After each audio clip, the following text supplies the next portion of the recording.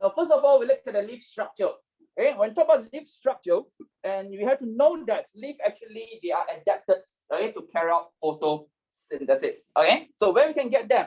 Okay, this the leaf. Okay, so you can see that they are very complex organ. They have a many layer of the tissues. Okay, so that's why we need to actually study. All of them. So first of all, we do know that a typical dicot leaf, they do have the upper and lower epidermis, okay, and then palisade mesophyll and spongy mesophyll together with the vascular bundle. So what we're going to study now, we want to focus in palisade mesophyll, particularly in terms of the photosynthesis and how the rest of the tissues do assist or do help in terms of the photosynthesis. Okay, so let's look at this diagram. Okay, so now if you look at the entire structure of the leaf, these are the three-dimensional structures of the dicot leaf, then you realize that we do have the upper epidermis, then followed by the palisade mesophyll or palisade parenchyma, spongy mesophyll, and also the last layer here termed as lower epidermis. So we total have 4 layers, plus in between we do have the vascular bundle or vascular tissues here. So out of so many, these 5 tissues, we have to know that the one that the majority of this photosynthesis actually carried out by the palisade mesophyll. Or 80 to 90% of the photosynthesis are carried out by this palisade mesophyll. So means that our focus in terms of photosynthesis will be onto this palisade mesophyll. Okay, but how about the rest? Do they have any functions or not? In terms of photosynthesis, definitely yes. If you look at the first one, upper epidermis, what is there? Upper epidermis, we do know that palisade mesophyll or palisade parenchyma are the ones that carry out photosynthesis. So it means that they must absorb the light intensity. So logical thinking, we shouldn't have anything that block the palisade mesophyll. So in this case, upper epidermis have to be very, very thin. The adaptations here, upper epidermis must be very, very thin, 1 layer. Okay, and they are transparent.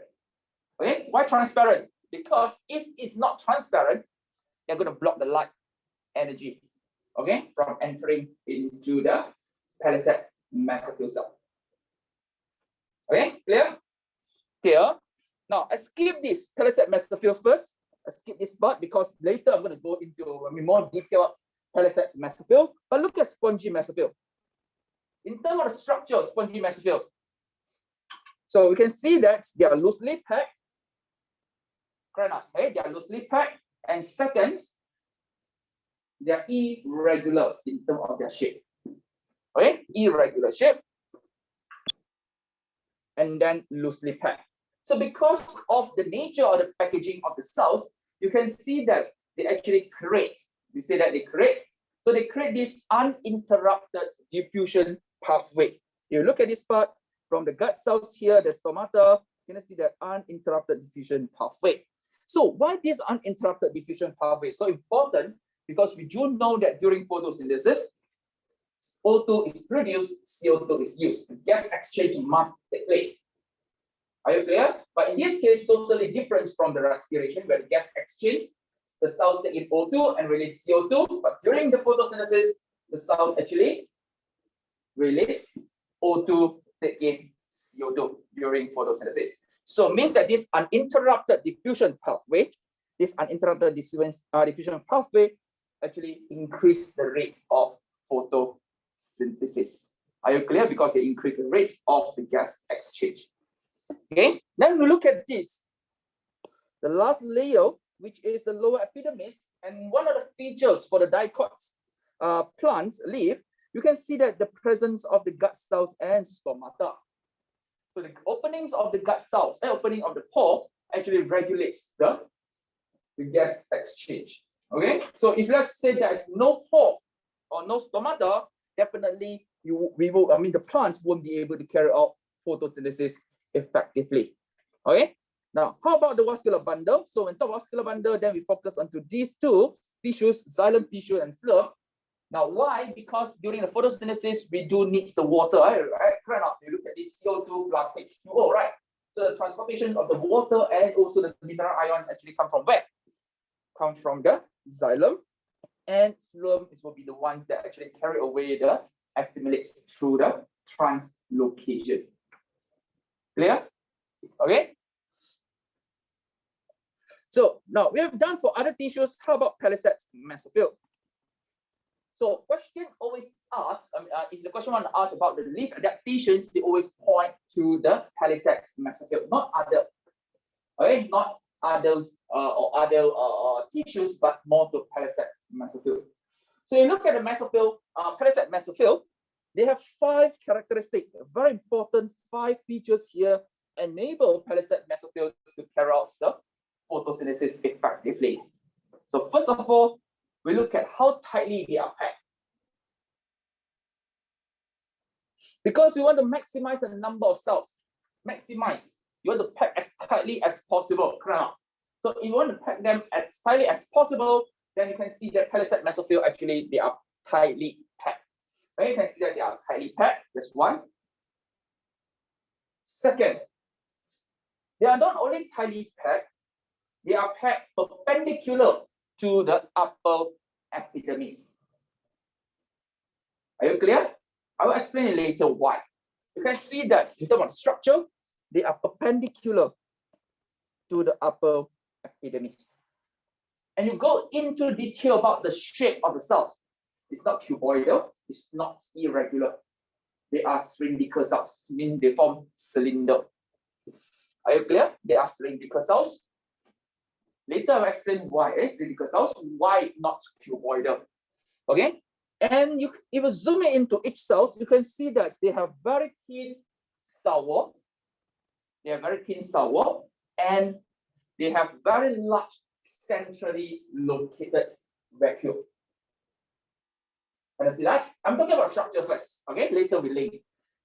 Now, and very, very important.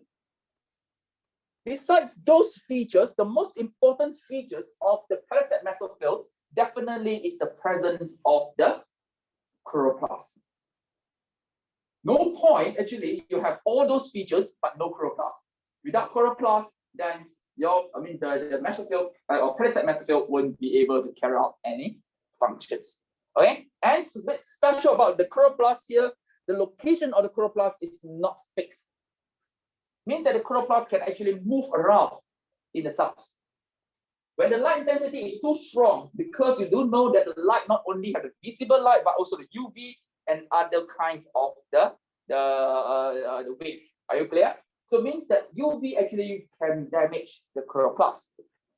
So chloroplast, if there's a very, very strong light intensity, the chloroplast actually move away from the upper epidermis. So it means that this chloroplast can actually choose to move to down away from the upper epidermis. But when the light intensity is not so strong, then this chloroplast know, okay, to move nearer to the upper epidermis so that they can absorb the light intensity. Okay, so let us look at each of them, the features, how each of the features helps to or help the palisade mesophyll to carry out photosynthesis effectively. Okay.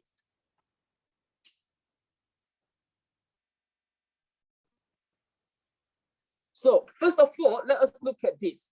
What if, okay, I say what if the palisade mesophyll cells, they are cuboidal or columnar cell? What if, huh? Now look at this. This is the upper epidermis.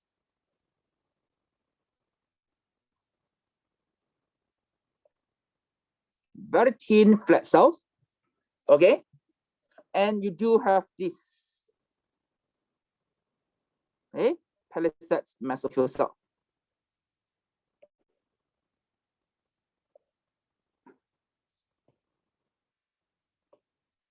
So if you view it, okay, from the bottom or from the, okay, let's say, If you view it from the bottom, you flip it, okay, you can see that they are cylindrical cells rather than cuboidal cells. If cuboidal cells, what are you going to see? They will pack, if we pack them tightly, there is no air space in between. There's no air space in between. So means that the gas exchange only can take place at the bottom part of the cell, that's all. Are you clear? But this is not true for the palisade mesophyll. Okay, this is not true for palisade mesophyll. In fact, you can see that if you view it from the bottom, you can see that they are cylindrical cells.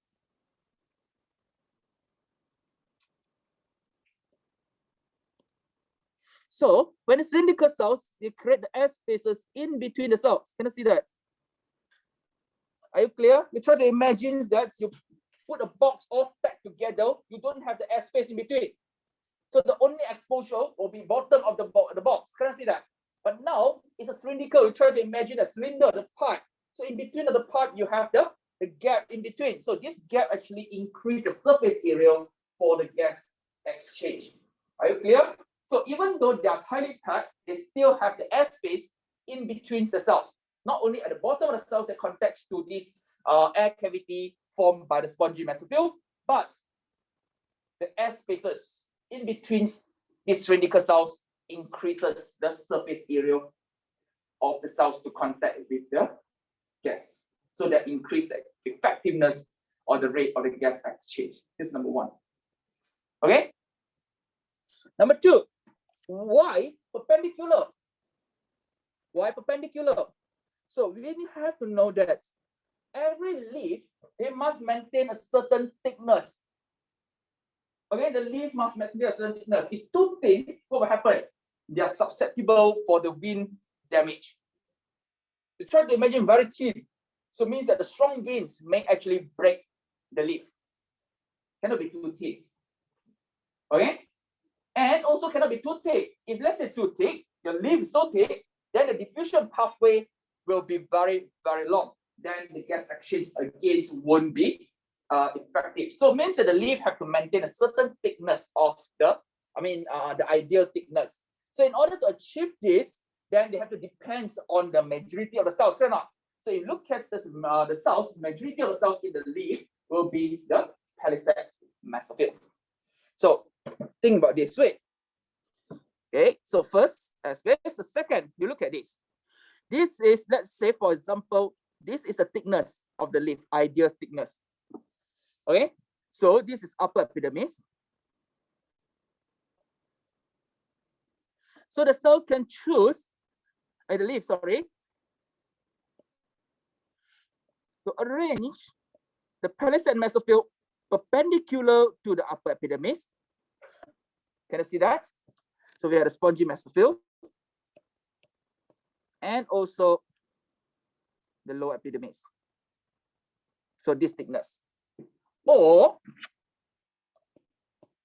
this is upper epidermis. And then arrange the cells parallel to the upper epidermis, spongy mesophyll, and also the lower epidermis. So same thickness, right? Can you see that? Same thickness. But what is the problem for the parallel one? Try to imagine they have the cell wall. So the cell wall, even though cell wall, not totally absorb the light intensity, but somehow they will absorb some of the light intensity. So if you have more cell wall here, can you see that? More layer of the cell wall, definitely going to reduce the light intensity.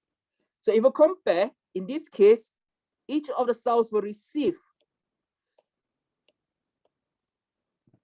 almost equal intensity of the light. But how about this? But the intensity of the light will decrease from layer to layer. Are you clear? So why? Because we want to reduce the number of the crosswalk which absorb the light intensity. You try to imagine it's a cellulose fiber. Cellulose fiber will block the light. Can you see that? Even though they are what we call this, they have the gap in between, but somehow the light can be blocked by this cellulose fiber. Okay. And you zoom into the cells, you can see that, okay, cylindrical cells, they have very thin layer of the cell wall and very large vacuole. So means that this large centrally located vacuole will push the chloroplast nearer to the cell wall. And at the same time, cell wall is thin, therefore you can see that the diffusion pathway is very, very short for the gas exchange. Are you clear? Don't forget, guys, these cells, they are cylindrical cells. So gas exchange not only take place at the bottom of the cells, but at the side as well, because they do have the airspace in between the palisades mesophyll cells. Are you clear? Ken? Okay. And last, we have to know that this chloroplast, okay, they are not fixed at their own positions. They always change depending on the light intensity. Okay, so 5 features, and we need to remember, okay, to answer the easy question or structure question. So now let's look at this table 9.1. So first of all, upper epidermis, the cells, they are thin, flat, and transparent. So what's so important? Because if with these features, then you allow the light pass through the upper epidermal cells to the mesophyll layer, okay, particularly palisades mesophyll. Presence of the waxy cuticle, transparent cuticle. As I said, that this one not really important, but this waxy cuticle actually helps to reduce the cuticle transpirations, okay, reduce. So reduce the water loss from the plant through the cuticle transpirations or evaporation. But this is not much related to the photosynthesis. But I said not much related, but somehow there is a little bit related because of the water molecule is needed for the photosynthesis. It's too excessive loss of the water molecule. I mean, you're going to slow down the process of photosynthesis. Okay, it may act as a limiting factor. Now, next, how about lower epidermis? So the layer, this layer has many stomata, and each stomata are bound by 2 gut cells. So this is very important because the gut cell regulate the diameter of the stoma. So the opening of the stoma allow the gas exchange. Now this part very important. For gas exchange, you have to talk about in which directions. Basically, the net diffusion of oxygen out of the leaf and the net diffusions of the carbon dioxide into the leaf, because during photosynthesis. It can be another way around when the plants carry out respiration. Okay. So how about palisade mesophyll? Consists of long cylindrical cells arranged at the right angle to the upper epidermis. So in this case, to reduce the number of light absorbing crosswall in the upper parts of the leaf. So the number of crosswall are being reduced, then we will be able to get a higher rate of photosynthesis, okay, absorptions of the light intensity. So they are cylindrical cells packed tightly, okay, so therefore they created this what we call the long narrow airspace between the cells. So this long narrow airspace between the cells provide a large surface area of contact between the palisade mesophyll cells and the air. So they have the cells have a thin cell wall and large centrally located vacuole. So these two basically provides, okay, short diffusion distance, okay, and also large central vacuole pushes the chloroplast to the layer near to the membranes of the cells or cell wall, okay. So again, diffusion distance is short. And last, we need to know that the cell actually have high number of chloroplasts. No point having all those features without chloroplast. Okay, like try to imagine a red blood cell, you have all those features but no hemoglobin. Similar idea. Okay, so the high number of chloroplasts allow maximum absorption of light energy. The movement of chloroplasts away from excessive light is a form of protection. Okay. Now the last, spongy mesophyll. Spongy mesophyll, basically they provide uninterrupted diffusion pathway. As I say that because of loosely packed, so that you can increase the rate of gas exchange. And last, we look at this vascular bundle. So basically, you can see that xylem vessel transport the water dissolved ions, phloem sieve tube elements, provide the translocations of the assimilate. Okay, so the fiber also, we have the xylem fiber as well as the phloem fiber that provides support for the plant. Okay. Wait, so with this, I've done for the first part, okay, of today's lesson.